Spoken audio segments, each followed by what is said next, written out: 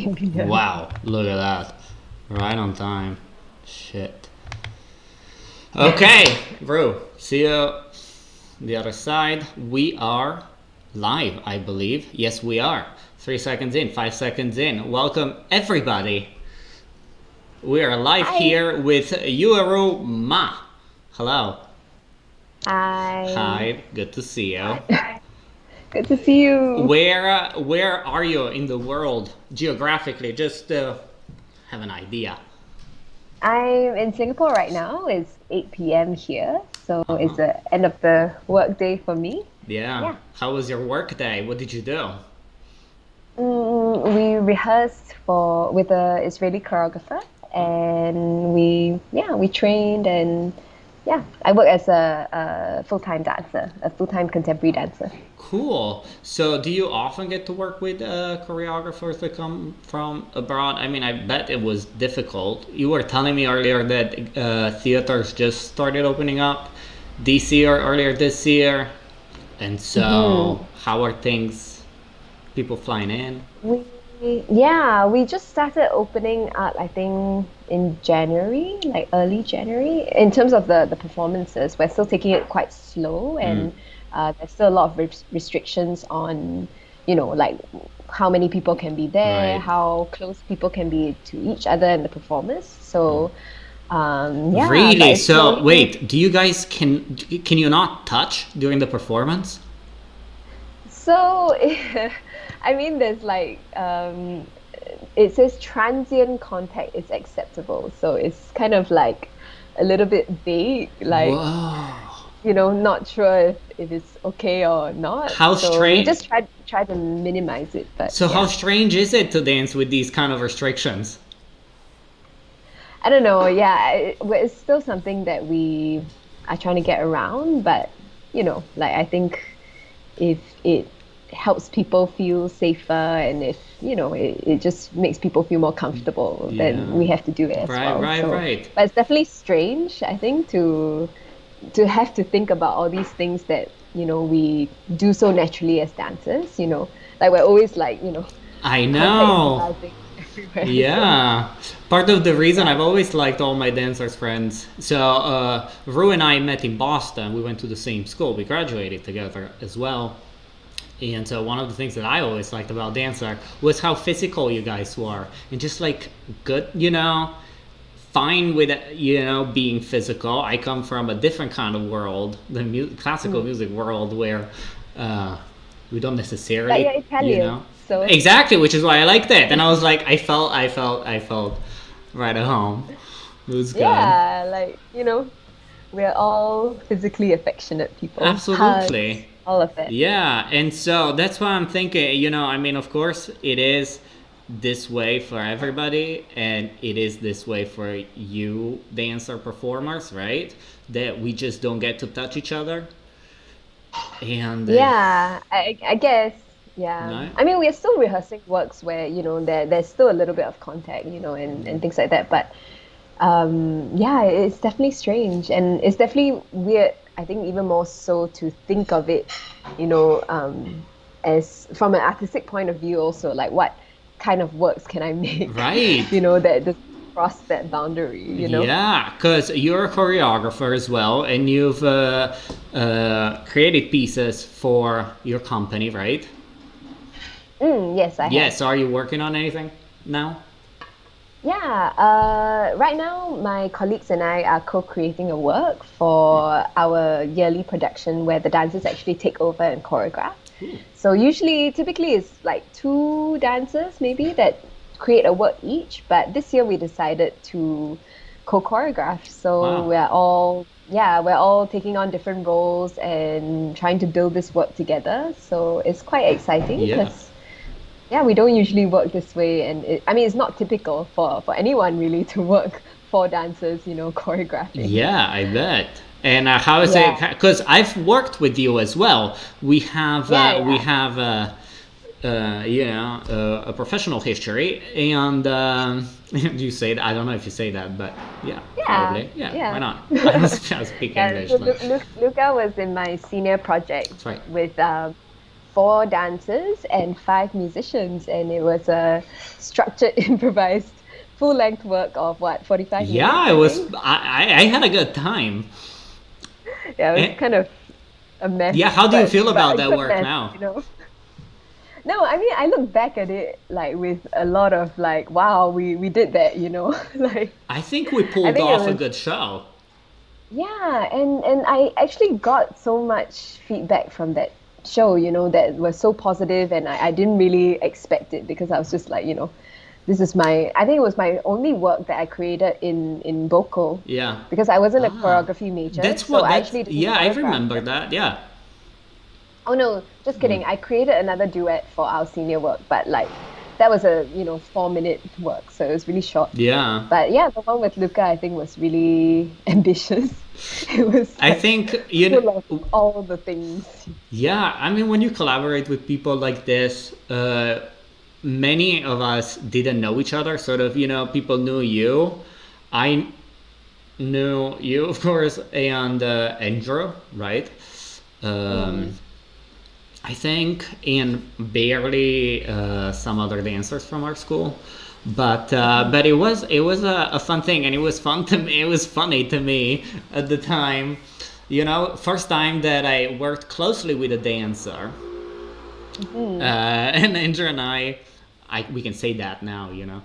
Uh, just couldn't get it how like, unproductive some meetings were, just in terms of putting things together and like being on point because we have clearly a very different process, musicians and dancers in that sense, lots to learn from each other for sure, because I then really did enjoy our first rehearsals in which we just talked about our feelings.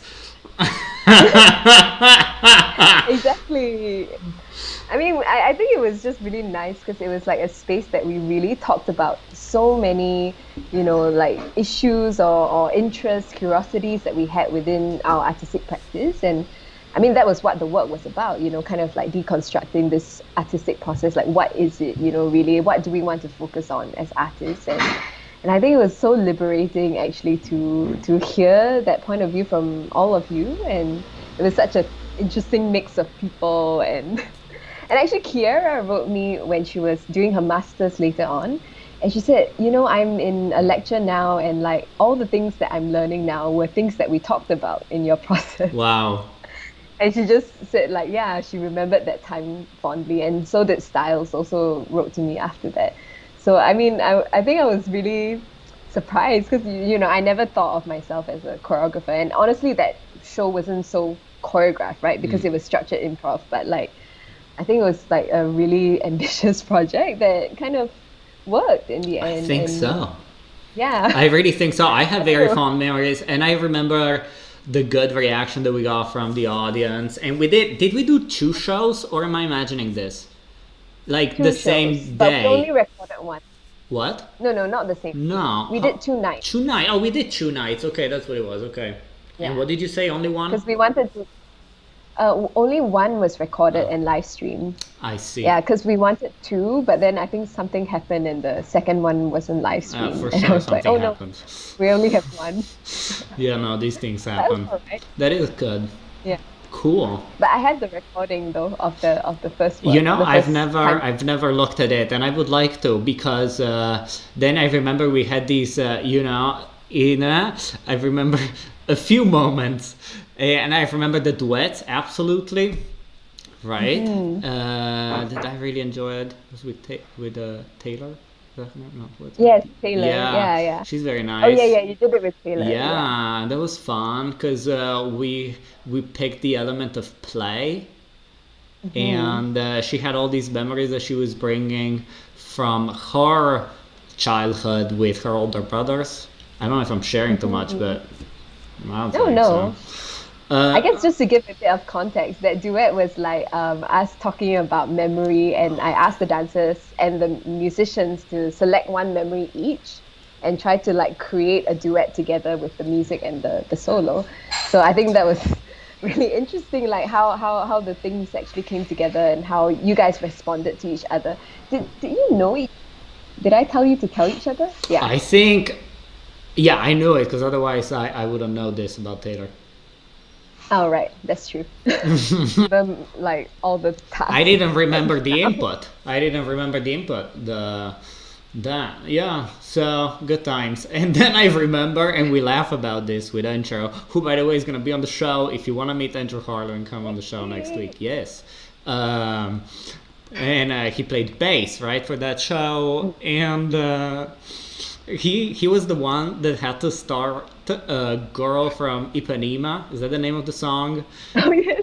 And he really didn't like that. He doesn't Wait, I have an don't. issue with Why the why can song. we do You that? know, he's like, I don't have an issue with the song. I just don't understand why I have to be the one to start it. And we're like, you have to be the one. That was I funny. don't even remember Oh, I that. Why did we do. say? We talked. Why do? Yeah, we talked about it like 3 years later because we went on this road trip. Ah, nice. Yeah, and this came up at some point. And so, yeah, I had forgotten, but he hasn't. So, Scarred for life. I had to play Girl from Ipanema. yeah. I think it was something about Esther. No, was it?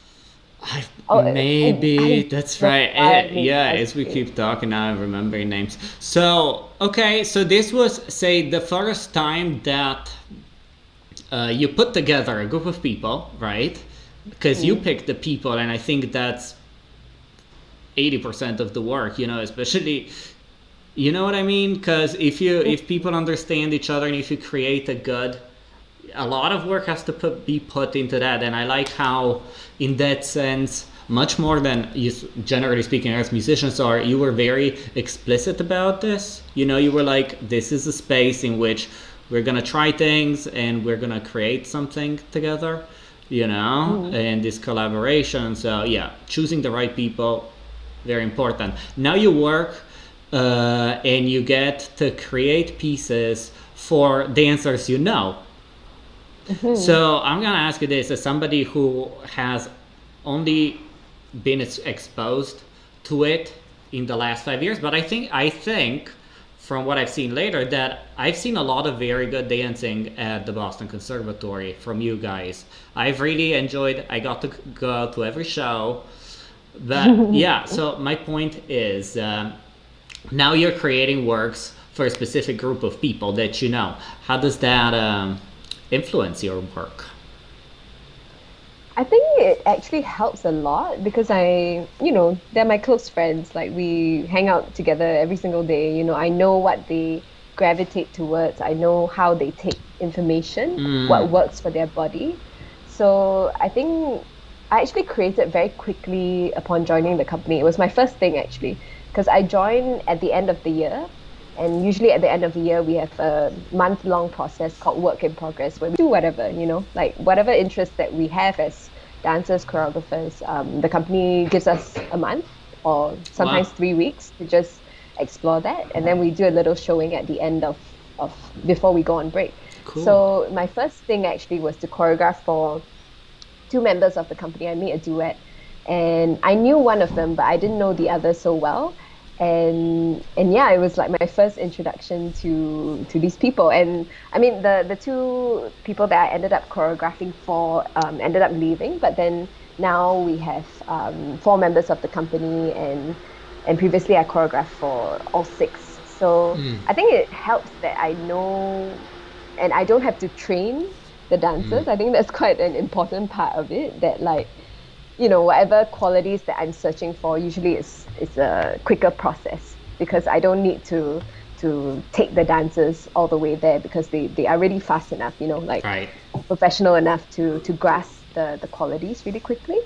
So, but I think that's it. I also see which qualities are better suited to which Right. dancers, and then I cast them in that role. So it actually makes it much easier, like Yeah. seeing them day to day. I know, oh, okay, he's good at improvisation, so I'll give him a more improvisational role, and then she's good at absorbing this quality, so I'll give her that role. Mm-hmm. So yeah, I think it speeds up the process of choreography very quickly because you can quickly pick the right people for the right roles in that sense. Yeah. Yeah. Yeah. So as you were talking, I was thinking this funny story about Mozart. that and I mean I guess other composers have done that in the past, but there's this story that why certain arias, certain parts of his operas are particularly hard, and it turns out that he just didn't like the singer, and so he wrote a particularly hard part for that opera that he knew Ah, that singer would premiere, and so now oh, now the notes are there. Yeah. And I so thought it would have been like the singer would have been particularly talented or well, that something. happens too. That happens too. Yeah. Of course, if you know who I feel like, I've not done anything like what you're describing, but it goes for anything. If you know the person, your work can be much more focused and more heartfelt. Because you're not writing for who knows who. You're writing for you're dedicating. That Hmm. that thing. So that's good. That's good. But I also think it's fun, like what you were saying, when a choreographer from outside comes and just like throws in whatever, and that, but is willing, of course, to work with, right? So Mhm. do your aware. So okay, my question is, you went to the U.S. for training Mhm. conservatory because you were not in the U.S. before, were you? No, no. No, Yeah, I was okay. here at So, home. Yeah. and then you stayed in the US after you graduated for some time. What did you Yeah. do? I worked in a company called Hubbard Street Dance Chicago, the second company. So they had a second company that trained, young dancers to then hopefully get good enough to go into the main company. And it was a Mm. company that I really loved and respected. So I was really excited to be part of the second company. But sadly, they actually closed. Like the year that I joined, they got the news that they were going to close the company. So we did, For and so I funding? spent. Like, was there no money anymore? What was the reason? It was complicated, I think. Oh, Like there were a lot of reasons, I, but oh, essentially they closed the second company and then they set up a training program for young dancers, kind of like a conservatory as well that feeds into the or still trains dancers to hopefully feed into the company. So that's what the model is for them right now. I see. But yeah, like so I did or half a season with them, or no, yeah, around like some months with them, close to how many months was it? Yeah, but anyway, Four, we did. five, No, no, it was more than that, but I 7. don't remember the exact number of Okay. months. But yeah, actually within those months we did so much. We went on tour Ooh, to Europe. We performed in Germany, and cool. yeah, I think it was still really fulfilling, and I still really enjoyed my time there, even though it was really short. And then after the company closed, I went to San Francisco Oh, because I knew some companies and some people there, and I really loved the environment of the dance community there. So I went over, and I think towards my last few months in San Francisco, Hubbard Street called again, and then I went to understudy for the main company for a little bit. So I was just around and seeing how the main company worked, and yeah, but I think unfortunately I didn't really feel like I wanted to stay in the States. mm, So in the end, I decided to leave. And I think the visa process, because at that time, Trump just got elected. So the visa process, like, just felt really intimidating to me to do alone. yeah. And expensive also. So I just Yeah. decided like it wasn't And for worth what? the You know effort. what I And mean? you probably felt that way too, no? Like, because you also were in the States and then you left, right? Yeah. And I'm in Was Italy. it also the Yeah. visa process? Absolutely, but just the uncertainty Mm. that comes with that whole, and I'm so happy, for so many friends of mine that managed to stay in the U.S. through OPT and all that stuff. And I mean, of course, if there's something you want, you do it and you go through it, and hopefully you're lucky enough that it goes well. But I did not feel that way already as I went into my masters. I mean, my heart knew that I wouldn't stay. And Mm. so, and then I started liking the idea of coming back. And I wanted to ask about this. I like the idea of coming back because I do realize that I've learned a whole lot in Mhm. Boston and then in Texas, and I just really I really like the way that Americans work, right? Generally speaking, I mean, I learned how to work there because that's where I started teaching, and so I was, I came back every summer and just saw all the things that I think I could do here, you know. Mhm. And then COVID came, and so Well, but at least you were home already, you know. At least you weren't yes, like stuck somewhere. yes, like in Texas. Yeah. Yeah. No, I know. I'm very grateful for that luck timing. Yeah. Mhm. But no, Yeah. so you went back to you came back to Singapore then 2 years ago, 3 years ago? Late 2018. Okay. Yeah. So after the States, I went to Spain for a while to. Oh, My boyfriend was doing his masters over there, oh. so I just decided to, Where? yeah, in Barcelona. In, wow. So Yeah. you just got to chill in Barcelona? No, Or I did you went work? to work. Yeah, Oh, yeah, you yeah. went for work. Wow, that's even better. No, no, as in I went to on a student visa because I went to language school, but at the same time I also worked and I danced and I auditioned and yeah, I got to spend some time kind of observing Wow. the culture and how everything works in Europe also. Yeah, Yeah. not all of Europe is like Barcelona, I but mean, that's true. but I've been to Barcelona only for 3 days, I think. When I was in high school, I went with two friends and we had a great time.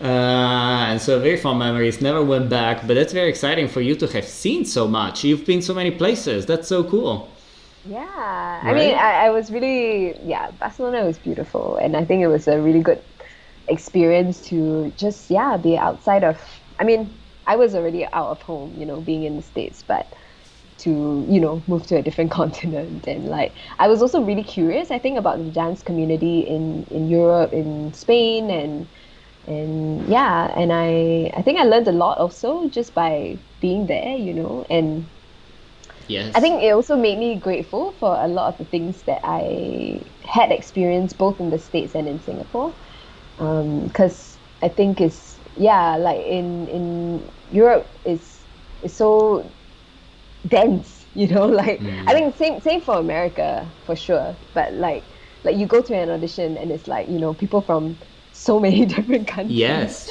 and it's so intimidating, and like some of these people have had experience from other big state companies like dance companies, opera houses, and things like that. So yeah, but it was really nice to have that experience. Yeah. Yeah, really So stressful for yeah, I sure. bet. So that means really that you've danced in the U.S., in Europe, and in Singapore, right? Yeah, the whole story. Yeah. And so that gives you perspective. That's wow.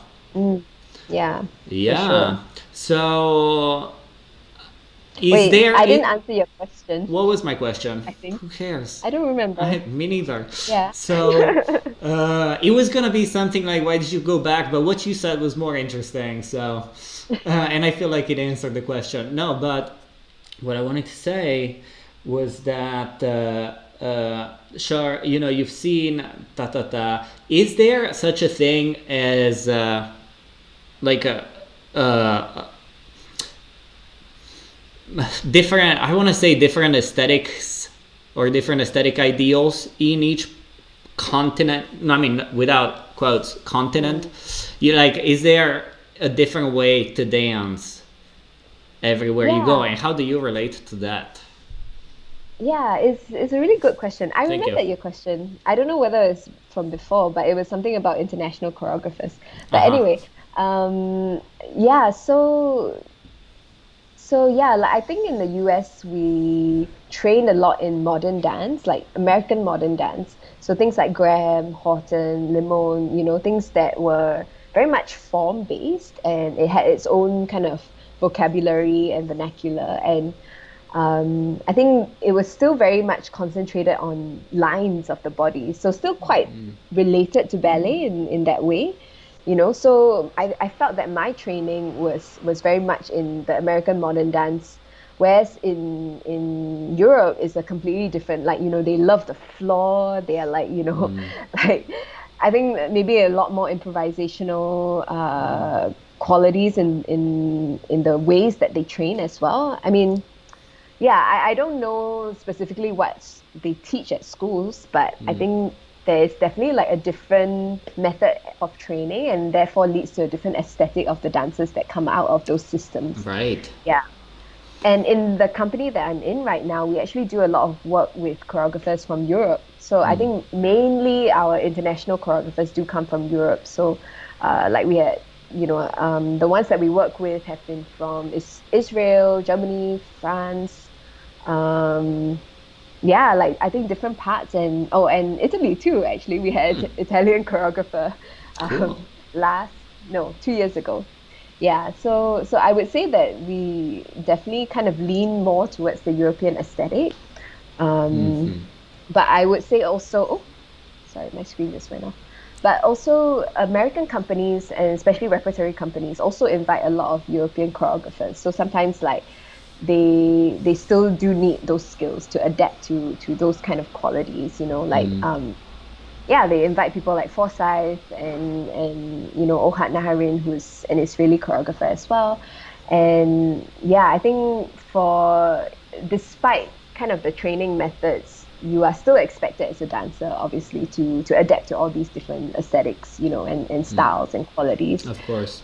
So that's something that I think, especially for me as an artist, like to constantly keep trying to learn. And I am still learning. I still Of have a lot, course.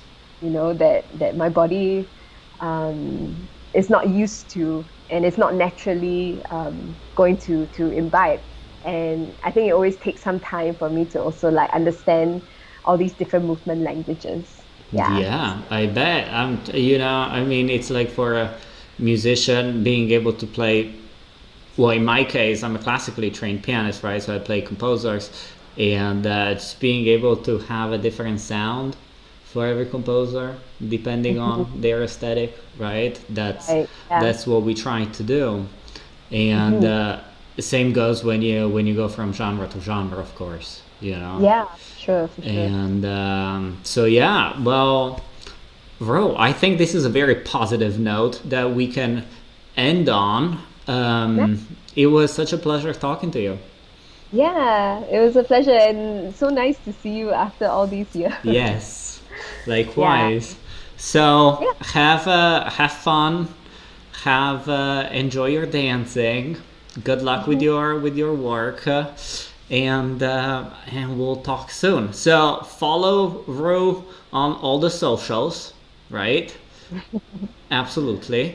And oh yeah, and we are on next week, Monday, to talk with composer and bass player Andrew Harlan. So that's Say hi exciting. to Ed for I will me. absolutely say hi to Andrew, and you should watch us. Yes, I All will. right. Oh no, you can watch us later because the videos stay on, but it's gonna be like 4 in the morning Oh, for you, So I see, I see. yeah. Okay, yes. Time difference. All Got right. it. Okay, bro. Take care. Yes, Bye, take everybody. Thanks care. for watching. Good night. A morning in your case. Good morning.